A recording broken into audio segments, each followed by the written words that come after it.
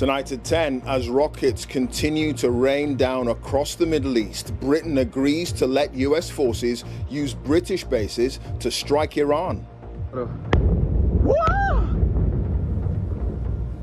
The capital, Tehran, has been the main target, with the authorities there saying hundreds of civilians have been killed. A hospital has also been hit.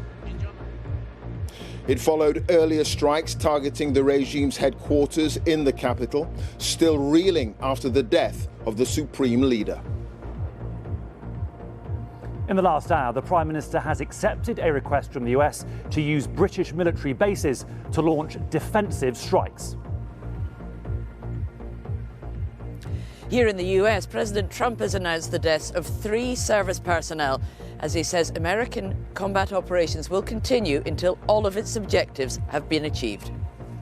Over the past 36 hours, the United States and its partners have launched Operation Epic Fury, one of the largest, most complex, most overwhelming military offensives the world has ever seen. Also, global economic fears tonight as an oil tanker under sanction from America is attacked in a key shipping lane. The Iranians are striking back, targeting Israel. 9 people have died in the city of Beit Shemesh, while commercial flights have been suspended across the Middle East. This, Dubai's airport, a major gateway to the Gulf.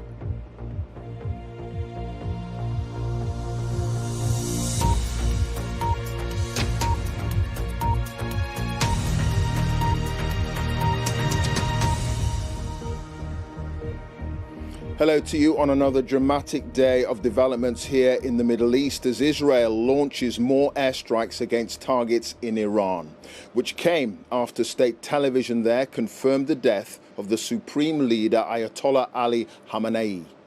3 US service personnel have also been killed, the first to die in the conflict. And in the last hour, Sir Keir Starmer says the UK will allow the United States to use British military bases to launch defensive strikes. Well, Israeli forces have been carrying out a sustained bombing campaign of Iranian targets, including in the capital Tehran, where command centers of the Revolutionary Guard have been hit. Tonight, witnesses also report a hospital in the city was struck, with patients having to be evacuated.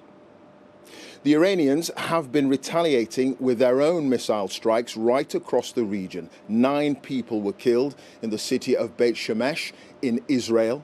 11 others are missing.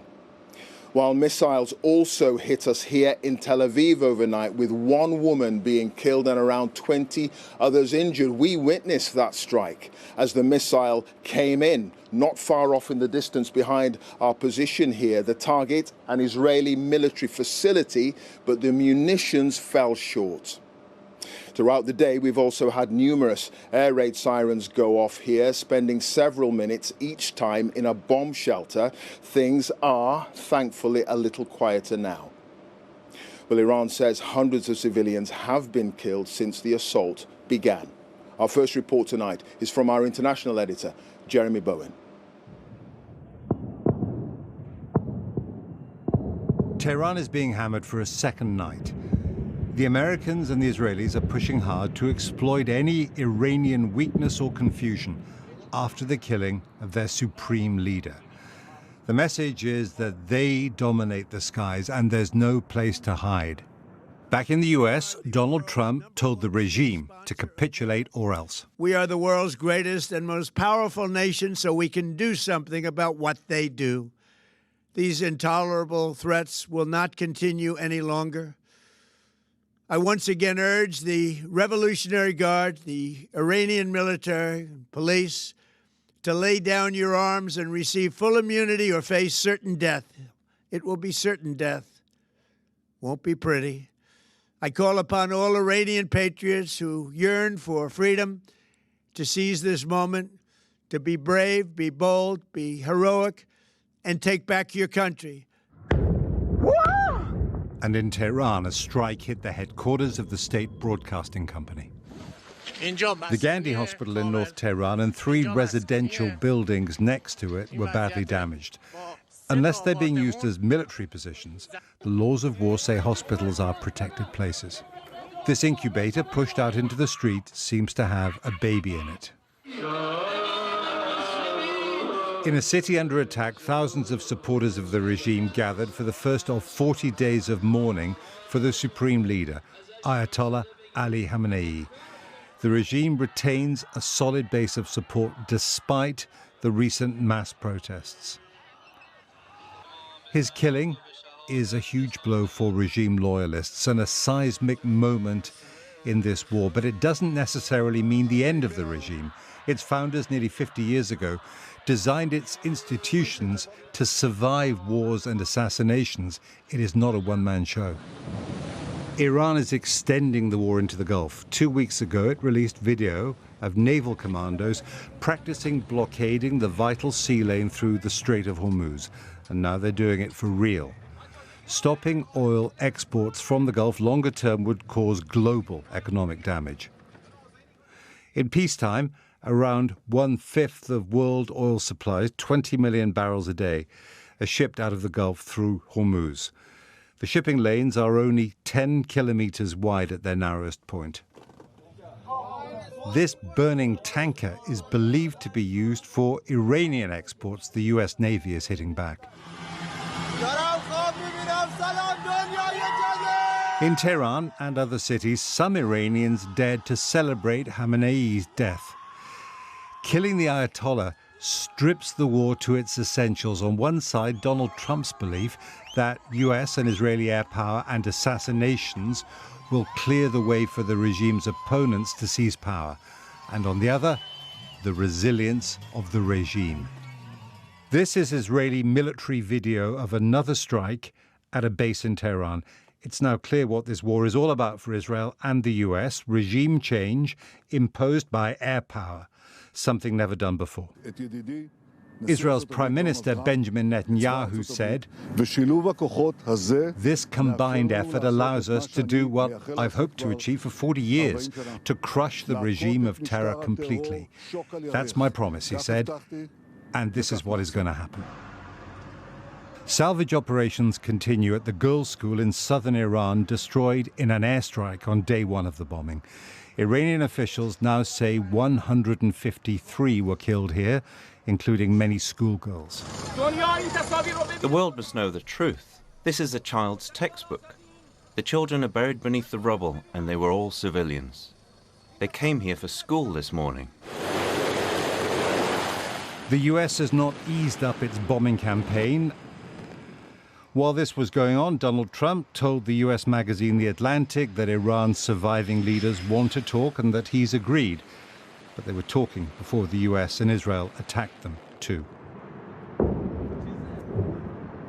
All day Tehran was under fire. Iran cannot match American and Israeli firepower, but it might not need to. Iran can fight back. It is not facing a ground invasion, and victory for the regime means the survival of the Islamic Republic, no matter who the US and Israel kill. Jeremy Bowen, BBC News. Well, within the last hour, the UK has agreed to an American request to use British military bases to strike Iranian missile sites. Now, the Prime Minister made this announcement in a video filmed and released by Downing Street with no opportunity for media questions. The United States has requested permission to use British bases for that specific and limited defensive purpose.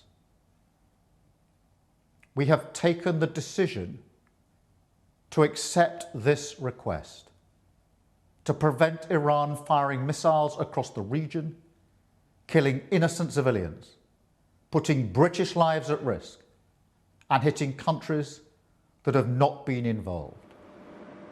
Joe Pike is at Downing Street for us. Joe, slightly confusing messaging from the government about UK involvement in all this. Does this amount to a U-turn? I think the view here in Downing Street, Clive, is the situation has changed and therefore the UK government's approach has changed too. Two things significant in what Keir Starmer has said. Firstly, I think he is aware that 200,000 British nationals are in that region. We've seen those images of hotels, for example, being hit. Secondly, this case of UK military personnel on a base in Bahrain narrowly missing one strike too. We're not talking about UK bases being used to launch sort of assassination strikes. This is about specific strikes, we're told, on Iranian missile sites. I think certainly 2003 and the Iraq war looms significantly for Labour. That's why the Prime Minister has mentioned this is in tune with international law. They've already published some of the legal advice that is available on the government website. Also some UK opposition party political reaction coming in. And as with yesterday, this generally falls and splits along left-right lines. Nigel Farage saying better late than never. The Prime Minister is a follower, not a leader. And Zach Polanski of the Green Party in England and Wales saying the Prime Minister has jumped into yet another Middle East illegal war, failing to learn the lessons, he says, of the tragedies of Iraq, Libya and Syria. Certainly we know in recent weeks Donald Trump and Keir Starmer have had some disagreements. It's likely this will be welcomed in the White House.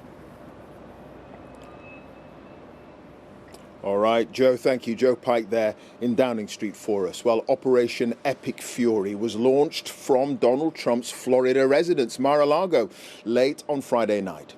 The BBC security analyst, Gordon Carrera, takes a look now at the military and intelligence planning behind the operation. Iran's Supreme Leader knew he was a target, and yet the US and Israel still managed to get to him. So how did they do that? A post by President Trump on social media gives us one indication of how. Khamenei, one of the most evil people in history, is dead, the president said. He was unable to avoid our intelligence and highly sophisticated tracking systems. And working closely with Israel, there was not a thing he or the other leaders that have been killed along with him could do. So how was it done? Intelligence provided a lead, not just of where the Supreme Leader was, but where he would be in a few hours. A meeting at his compound on Saturday morning. That created a window of opportunity. But where did it come from?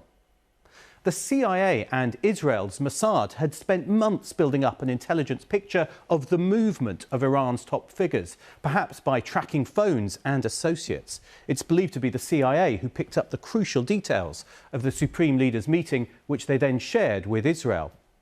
That led to a decision to carry out an unusual attack in the morning rather than at night, and to trigger the start of the wider campaign. Fighter jets set off at 6 a.m. local time from Israel, heading towards Tehran. They were armed with long-range missiles which could be fired at a distance. And then, around 9:40 Iranian time, they struck the target. 30 bombs are thought to have hit the Supreme Leader's compound. The Supreme Leader was killed, and so were a significant number of other senior intelligence, military and security personnel. The killings are a major blow for the Iranian leadership, but one for which they have been prepared, even if they couldn't prevent it happening, and even Supreme Leaders can be replaced. Gordon Carrera, BBC News. I'll look at some of the planning behind the attacks here. Well, the US military has confirmed that 3 service members have been killed as part of the military campaign, with another 5 seriously injured. Sarah Smith is live at the White House for us. Sarah, we've heard a little bit of what Donald Trump has been saying this evening. What more did he have to add? Well, for the first time, he addressed those 3 service members who've lost their life in that video that was posted on social media just a few minutes ago. And he said the nation will grieve for them, but they will probably not be the last casualties of this conflict. And sadly, there will likely be more. Before it ends, that's the way it is. Likely be more, but we'll do everything possible where that won't be the case. But America will avenge their deaths and deliver the most punishing blow to the terrorists who have waged war against basically civilization. Now, that video did not make a very clear case for the American people as to why it was necessary for these US lives to have been lost, why it was so important for this conflict to be launched now. What was the imminent threat to the United States? And people will be asking him that in the days to come. He has also suggested today that this might be a campaign that lasts about 4 weeks long. He said that that was what they had been planning for, that's what he's expecting, but that it is going so well at the moment, he believes that they're actually ahead of schedule. All right, Sarah, thank you. Sarah Smith, our North America editor there at the White House. Well, the Israeli defense minister here has called the killing of Iran's supreme leader a turning point in the conflict and has called up 100,000 army reservists for the military operation. As we've been hearing, Iran has retaliated with multiple strikes. Israeli police say at least 9 people were killed in a missile attack on the town of Beit Shemesh near Jerusalem. Lucy Williamson has the latest on that. In a safe room, in a synagogue, Iran found a chink in Israel's armour, big enough for a missile to slip through. All day they brought out the dead and injured. At least 9 killed here and dozens injured. They're still looking for more.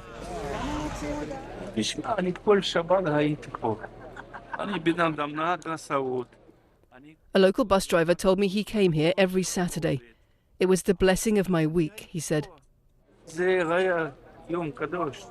Next to him, opposition leader Yoav Hendel said Israel could no longer live with the threat from Iran. What we are doing actually is to make sure that the world is a better place and the world can be safe again, because in the last 30 years even, or 20 years, we speak a lot about diplomacy, we speak a lot about sanctions, we speak a lot about discussions with the Iranian regime, but no outcomes. And this is an outcome.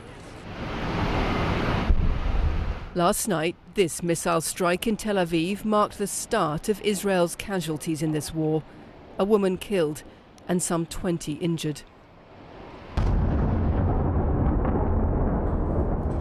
The apartment block today in ruins. Iran's ballistic missiles delivering a message that it can still launch attacks, even with its leader gone. We were getting a bit cocky with the missiles, after an entire day of bombings, we were taking our time, and when in hindsight it wasn't smart because we heard a huge boom, the ground shook, we all got scared. While we were there, another alarm. And we've just had another alert. They're coming in, wave after wave after wave of them. Outside, the remains of the missile lies twisted on a fence. Many Israelis say they won't have peace while the Iranian regime survives in Tehran, and that this is a war they're willing to fight, as long as they don't have to fight it again. Lucy Williamson, BBC News, Tel Aviv. Well, it's not just Israel that's been affected. The attacks on Iran have sent shockwaves right across the whole region. The Qatari capital, Doha, usually bustling with businesses and tourists, is now empty largely in the city centre because of the sound of anti-aircraft fire ringing out all the time. Our correspondent Barbara Pletasha has sent us this report from Doha. This afternoon, Doha did not look like a city under attack. But life here is not normal. People are staying home. This morning, smoke blackened the skyline, caused by a missile shot out of the sky. The Qataris intercept most of them, but there's been damage and injuries. The airport is closed, passengers stranded. Mustafa is making the best of his unexpected visit to Qatar. One night I will stay this hotel. Tomorrow I don't know what happened. If I'm lucky, I come back to my country to go to Istanbul. This is exactly what the Gulf states were afraid would happen. They're stable, prosperous economies built on oil exports, hubs for finance and tourism, disrupted by the war in Iran. And now with the violent death of the Ayatollah Khamenei, there's questions not only about what that means for Iran's future, but for the stability of the region. Another black cloud, this time at a naval base in Abu Dhabi. The Iranians say they're aiming at U.S. military targets, not attacking their neighbors. But other sites are also getting hit. Over Kuwait, a drone shot down this morning. There have also been drone strikes on the airport there. And in Bahrain, a wall of flame, America's main Mideast naval base on fire. Relations between Gulf states and Iran have often been tense, but nothing like now. These are new and frightening times. Barbara Platt-Usher, BBC News, Doha. Yeah, from Doha to Dubai, where two luxury hotels and its main airport, the world's busiest by passenger traffic, have been damaged. The BBC understands the government is formulating plans to potentially evacuate UK nationals from around the Middle East. Well, we've been speaking to people on holiday in Dubai, as well as those who live there, and Mark Ashdown has that story. Chaos at Dubai's international airport, damaged in an Iranian strike which left 4 staff injured. It remains closed, with thousands of flights to and from the wider region also grounded. After an explosion at the Fairmont Palm Hotel, holidaymakers across the luxurious Jumeirah Bay had to take shelter. Among them Trevor Davies and his wife on the trip of a lifetime for her 60th birthday today. We heard a number of explosions and we could see and hear missiles going overhead, and they were being shot down. Some of the debris was literally falling around, well, not on us, but it fell into the fountain, into the hotel. And so it was pretty scary. All day long the sky has been alight with explosions. This footage posted on social media seems to show an Iranian drone hitting a residential block. A man with a British accent posted this. No joking, guys, we have just been hit by a drone. We heard it coming. It stinks of oil in here. I didn't even finish my cup of tea.